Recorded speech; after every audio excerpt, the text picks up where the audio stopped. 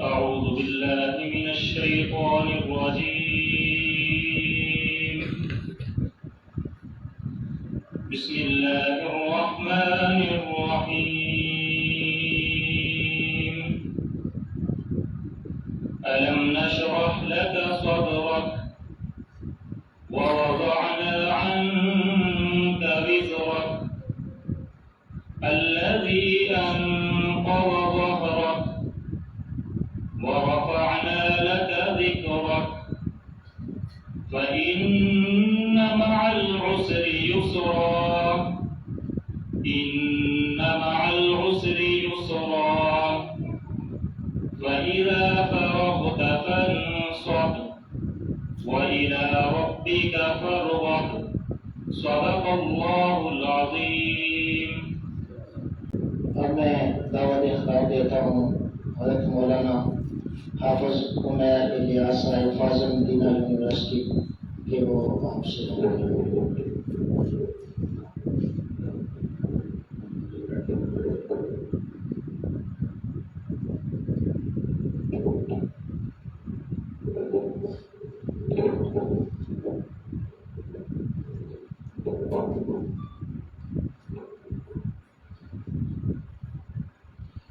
السلام علیکم ورحمۃ اللہ وبرکاتہ.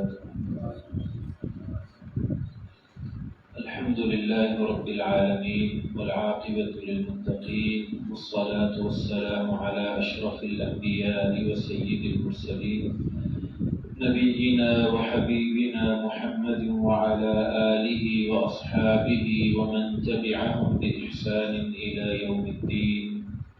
اما بعد فأعوذ بالله من الشيطان الرجيم. بسم الله الرحمن الرحيم. وتعاونوا على البر والتقوى ولا تعاونوا على الإثم والعدوان واتقوا الله إن الله شديد العقاب.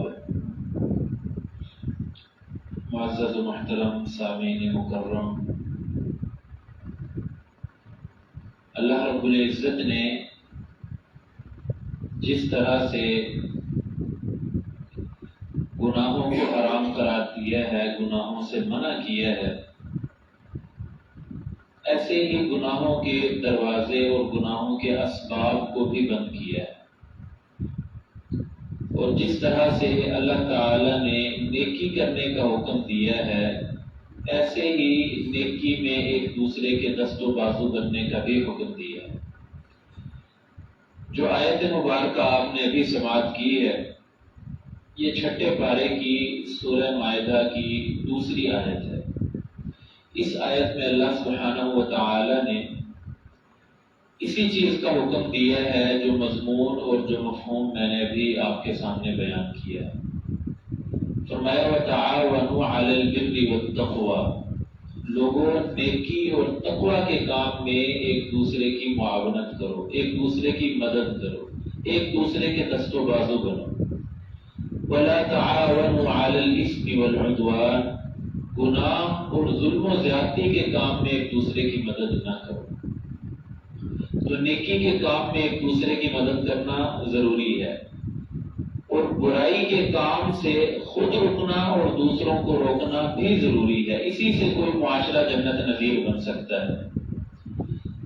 صحیح مسلم کی روایت ہے، اللہ کے بعد نبی صلی اللہ علیہ وسلم کا فرمان ہے من دل علی خیر فلہ مثل اجر فاعلہ، کہ جو شخص نیکی کے کام پر کسی کی رہنمائی کرتا ہے تو اس شخص کو، رہنمائی کرنے والے کو، نیکی کا راستہ دکھانے والے کو بھی نیکی کا عمل کرنے والے کے برابر اجر ملتا ہے. سبحان اللہ. یعنی جتنا کوئی شخص نیکی کا عمل کر کے اجر کماتا ہے، وہ راہ دکھانے والے کو بھی اتنا ہی اجر ملتا ہے، رہنمائی کرنے والے کو بھی اس کے برابر اجر ملتا ہے.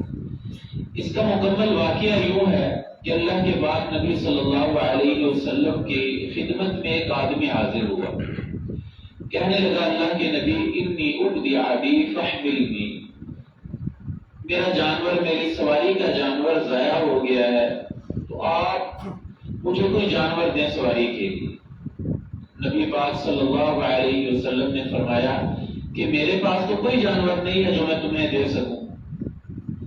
تو وہاں ایک اور آدمی بیٹھا ہوا تھا، کہنے لگا اللہ کے نبی صلی اللہ علیہ وسلم میں اسے ایک آدمی کا پتہ دیتا ہوں جو اس سلسلے میں اس کی مدد کر سکتا ہے اور اسے جانور مہیا کر سکتا ہے. تو وہاں نبی پاک صلی اللہ علیہ وسلم نے یہ حدیث بیان فرمائی تھی، من دل علی خیر فلہ مثل اجر فاعل، کہ جو نیکی کی راہ دکھاتا ہے، خیر کی طرف رہنمائی کرتا ہے، اسے بھی عمل کرنے والے کے برابر اجر ملتا ہے.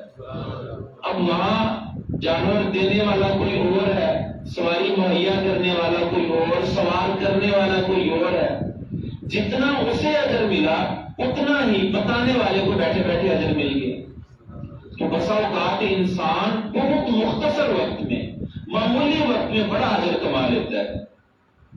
اور صحیح بخاری اور صحیح مسلم کی روایت ہے، پاک نبی صلی اللہ علیہ وسلم نے فرمایا کہ کسی کا خزانچی ہو، نوکر ہو، امانت دار مسلمان ہو، اور مالک جو اسے حکم دے، اس کا سرپرست جو اسے حکم دے، یعنی کچھ دینے کا، کسی کو دینے کا یا اللہ کی راہ میں دینے کا، تو فرمایا خزانچی اپنی جیب سے نہیں دے رہا، اپنے پلے سے نہیں دے رہا، کیا کر رہا ہے؟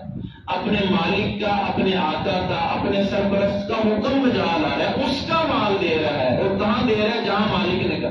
فرمایا جو خوش دلی کے ساتھ ایسی جگہ خزانچی ہو کر بھی مال دیتا ہے، مالک کا مال دیتا ہے اور مالک کے حکم کے مطابق دیتا ہے، تو ایسا خزانچی اور نوکر جو ہے احد المتصدقین، یہ بھی صدقہ کرنے والوں میں سے ایک ہوتا ہے. اور بعض اسے احد المتصدقین پڑھتے ہیں، مطلب یہ کہ دو صدقہ کرنے والوں میں ایک یہ ہے، ایک تو مالک ہے نا جس کا اصل مال لگا ہے، جس نے دیا ہے، جس کا مال تھا، ایک تو وہ ہے صدقہ کرنے والا، اور ایک یہ بیٹھا بٹھایا، اپنی جیب سے کچھ نہیں لگا، لیکن کیا ہے کہ خیر کے کام میں معاونت کی ہے، نیکی کے کام میں مدد کی ہے. جتنا مالک کو، دینے والے کو جس کا مال تھا، جتنا اسے اجر ملا، اسے بھی اتنا اجر مل گیا. تو نیکی کے کام میں تعاون کا بڑا اجر ہے. اللہ کے نبی صلی اللہ علیہ وسلم کی ایک اور حدیث ہے، یہ بھی صحیح بخاری اور صحیح مسلم کی روایت. فرمایا من جہز غازیا فی سبیل اللہ فقد غزا، کہ جو شخص کسی مجاہد کو سامان دے کر تیار کر کے میدان جہاد میں بھیجتا ہے، فقد غزا، تو یہ شخص اگرچہ گھر بیٹھا رہے، تیار کرنے والا، مدد کرنے والا، روانہ کرنے والا، تو اس شخص نے بھی گویا کہ جہاد کیا، حالانکہ گھر میں بیٹھا ہوا ہے.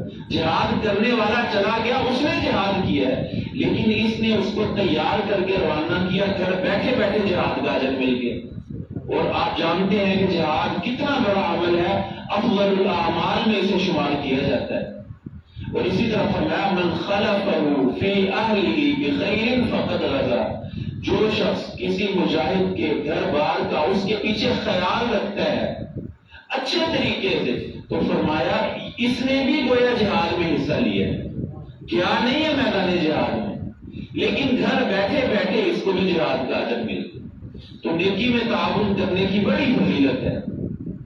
صحیح مسلم کی حدیث ہے، حضرت جریر رضی اللہ تعالی عنہ فرماتے ہیں کہ ہم ایک مرتبہ نبی پاک صلی اللہ علیہ وسلم کے پاس بیٹھے ہوئے تھے.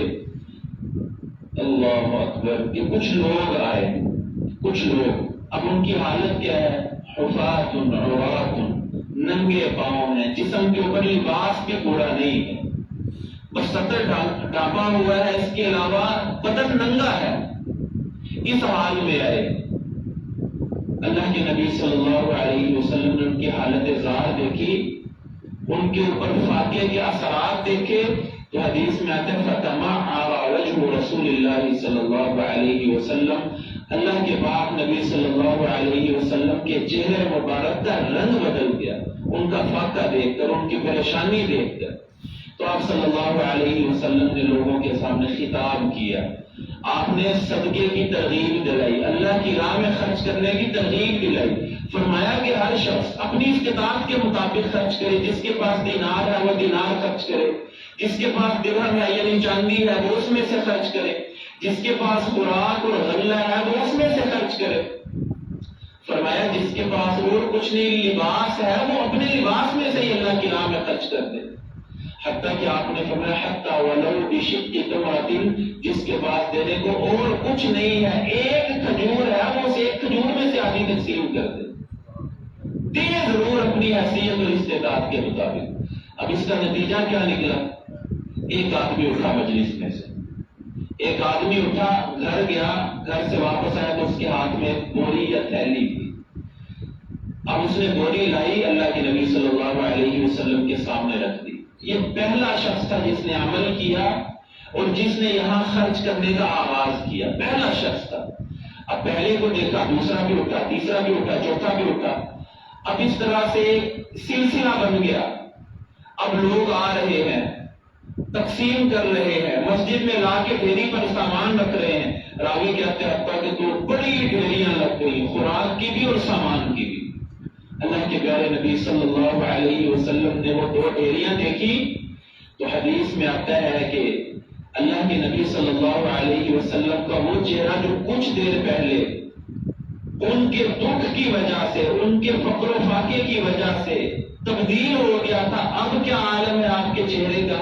یتہلل کأنہ مذہبۃ۔ اب اللہ کے نبی صلی اللہ علیہ وسلم کا چہرہ یوں چمک رہا ہے جیسے سونے کا ٹکڑا ہو، جیسے اس کے اوپر سونا چڑھا دیا گیا ہو۔ اللہ کے نبی صلی اللہ علیہ وسلم نے فرمایا من سن فی الاسلام سنتا حسنتا فلہ اجرها واجر من عمل بها من بعدہ، کہ جو شخص کسی اچھے طریقے کا آغاز کرتا ہے، اچھے طریقے کی ابتدا کرتا ہے، تو اس کو اپنے عمل کا تو اجر ملے گا ہی، اس کو دیکھ کر اس کے بعد جتنے لوگ اس پر عمل کریں گے ان سب کے اجر کے برابر اس کو ملے گا۔ اور یہ بھی نہیں ہے کہ بعد میں عمل کرنے والوں کے اجر میں سے تھوڑا تھوڑا لے کر اس کو دے دیا جائے، نہیں، ان کو ان کا پورا اجر ملے گا، اس کو اس کے اپنے عمل کا بھی اجر ملے گا، اور جتنا انہیں اجر ملا ہے ان کے برابر اس اکیلے کو اجر ملے گا۔ تو ابتدا، خیر کی ابتدا کرنے والے بنے۔ اور اس تصویر کا دوسرا رخ بھی موجود ہے یہاں پر، اس کے برعکس بھی ہے۔ وہ کیا؟ فرمایا کہ من سن فی الاسلام سنتا سیئتا فعلیہ وزرها ووزر من عمل بها من بعدہ، کہ جو شخص کسی برے طریقے کو رائج کرتا ہے، کسی جگہ پر کسی برائی کا آغاز کرتا ہے، اسے تو گناہ ملے گا برائی کرنے کا، اس کے بعد جتنے لوگ اس کی دیکھا دیکھی برائی کریں گے، گناہ کریں گے، ان سب کے گناہ کے برابر اسے گناہ ملے گا۔ اب دیکھ لیں، ہم خیر کا دروازہ بننا چاہتے ہیں یا شر کا دروازہ، ہم اپنا اکاؤنٹ اچھے والا کھولنا چاہتے ہیں یا برے والا، یہ ہمارے اوپر ڈیپینڈ کرتا ہے۔ اب اس کی مثال یوں سمجھ لیں کہ ایک شخص اپنے علاقے میں غرباء کے لیے کوئی ٹرسٹ کھول جاتا ہے، کوئی بیت المال یا چندے کی کوئی صورت کر جاتا ہے، اب دنیا سے چلا گیا وہ، لیکن ایک نیکی کا کام شروع کر گیا، اس کے بعد عمل ہوتا جا رہا ہے، جتنے لوگ اس میں حصہ ڈالتے ہیں ان کے اجروں کے برابر اسے اجر ملتا رہے گا۔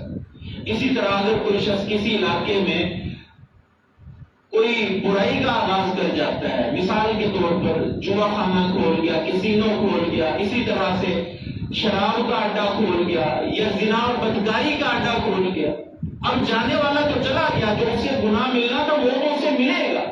اب اس کے بعد جب تک لوگ اس گناہ کے اڈے پر آتے رہیں گے، گناہ کرتے رہیں گے، ان کے گناہ کے برابر اسے گناہ ملتا رہے گا۔ تو یہ تصویر کے دو رخ ہیں، ان دونوں رخوں کو سامنے رکھیں اور اس کے مطابق اس کے بعد فیصلہ کریں کہ ہم کن میں شامل ہونا چاہتے ہیں۔ اور یہ بات بھی یاد رکھیے، اللہ کے نبی صلی اللہ علیہ وسلم کی حدیث ہے، بخاری اور مسلم کی روایت ہے، فرمایا لا تقتل نفس ظلما الا كان على ابن آدم الاول كفل من دمها لانه اول من سن القتل، کہ دنیا میں جہاں بھی، جس کونے میں بھی ظلمن کوئی شخص قتل کیا جائے، مظلومی کی حالت میں کوئی شخص قتل کیا جاتا ہے، کسی بھی کونے میں کسی بھی وقت میں ناحق کوئی قتل ہوتا ہے، اس قتل میں سے گناہ کا حصہ آدم کے پہلے بیٹے کو بھی ملتا ہے۔ آدم کا پہلا بیٹا کون؟ قابیل، جس نے اپنے بھائی حابیل کو قتل کیا تھا، کیوں سے گناہ میں برابری کا حصہ ملتا ہے؟ فرمایا انہ اول من سن القتل، کیونکہ روئے زمین پر، اللہ کی زمین پر، اس دھرتی پر سب سے پہلا قتل جو تھا وہ اسی آدمی نے کیا تھا، قابیل نے کیا تھا اپنے بھائی حابیل کا قتل۔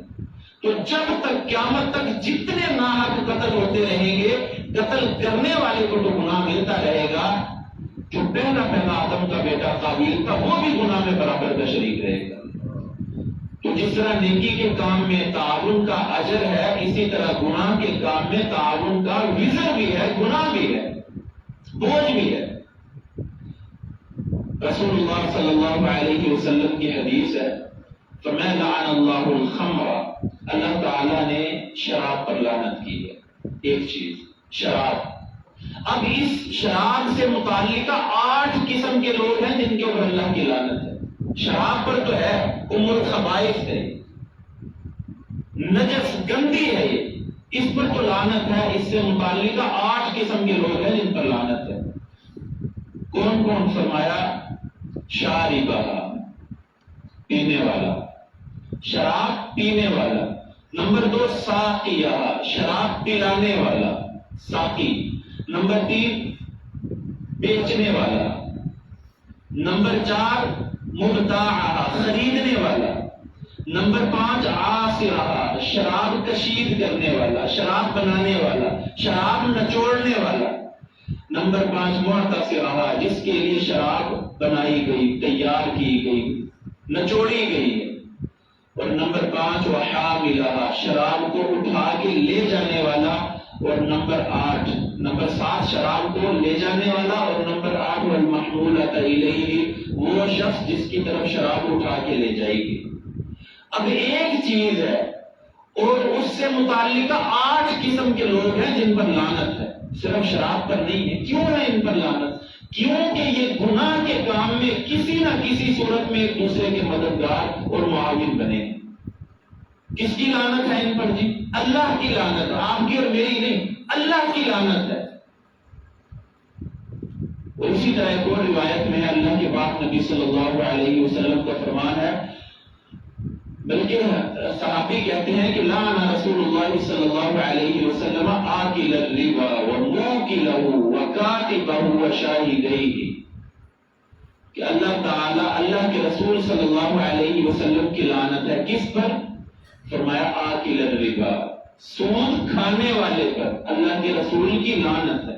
نمبر 2 موکلہ، سود کھلانے والا۔ نمبر 3 کاتبہ، سود کی کا ایگریمنٹ لکھنے والا، لکھ پڑھ کرنے والا سودی معاملات کی۔ اب اگرچہ وہ نہ لینے والا ہے نہ دینے والا، لیکن کسی صورت میں مددگار تو ہے ان کا۔ تو یہ تیسرا شخص ہے جس پر رسول اللہ صلی اللہ علیہ وسلم نے لعنت فرمائی۔ اور چوتھا وشاہدیہ، فرمایا اس معاملے پر، اس سودی کام پر، سودی معاملے پر گواہ کرنے والے 2 لوگ جو ہیں ان پر بھی اللہ کے نبی کی لعنت ہے۔ اچھا، اب یہاں کوئی یہ بھی نہ سمجھے کہ جی لینے والے کا گناہ زیادہ ہے یا دینے والے کا گناہ زیادہ ہے، لکھنے والے کا گناہ کم ہے۔ نبی پاک صلی اللہ علیہ وسلم نے فرمایا ہم سواء، یہ سارے کے سارے لوگ گناہ میں برابر ہیں۔ اب دیکھیں، لکھنے والا سود لے بھی نہیں رہا، دے بھی نہیں رہا، کسی فائدے سے، ظاہری فائدے سے محروم، لیکن لعنت میں شریک۔ کیا فائدہ ایسے کام میں شریک ہونے؟ تو یہ 4 قسم کے لوگ یہ برابر ہیں اپنے گناہ میں، کسی کا گناہ کم یا کسی کا گناہ زیادہ نہیں ہے۔ دیکھیں اللہ کے نبی صلی اللہ علیہ وسلم کی ایک اور حدیث ہے، ابن ماجہ کی روایت ہے، فرمایا ان من الناس مفاتیح للخیر مغالق للشر، کہ کچھ لوگ ایسے ہیں جو خیر کی کنجیاں ہوتے ہیں، خیر کے دروازے ہوتے ہیں، اور شر کے تالے ہوتے ہیں۔ یعنی خیر وہاں سے ملتی ہے، خیر کے رستے وہاں سے کھلتے ہیں، خیر کے دروازے کھولتے ہیں وہ لوگ، اور شر کے دروازے بند کرتے ہیں، اس کے آگے بند باندھتے ہیں، شر کے دروازے کے آگے بند باندھتے ہیں۔ اس کے برعکس کچھ ایسے لوگ ہیں جو خیر کے دروازوں کو بند کرنے والے ہیں اور شر کے دروازوں کو کھولنے والے ہیں۔ تو فرمایا کہ جو شخص خیر کا دروازہ بنے لوگوں کے لیے اور شر کا تالا بنے، اس کے لیے خوشخبری ہے، اس کے لیے توبہ ہے،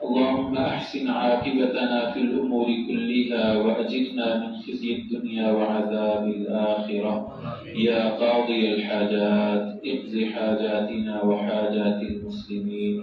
اللهم اقض حاجاتنا وحاجات المسلمين يا شافي الأمراض اشف مرضانا ومرضى المسلمين. اللهم اشفنا واشف جميع مرضى المسلمين. أذهب البأس رب الناس واشف أنت الشافي لا شفاء إلا شفاؤك شفاء لا يغادر سقما. اللهم إنا نسألك علما نافعا ورزقا طيبا وعملا متقبلا. اللهم انفعنا بما علمتنا وعلمنا ما ينفعنا وزدنا علما. اللهم إنا نعوذ بك من جهد البلاء ودرك الشقاء وسوء القضاء وشماتة الأعداء. اللهم إنا نعوذ بك من زوال نعمتك وتحول عافيتك وفجاءة نقمتك وجميع سخطك. اللهم إنا نسألك الهدى والتقى والعفاف والغنى. نسألك فعل الخيرات وترك المنكرات وحب المساكين.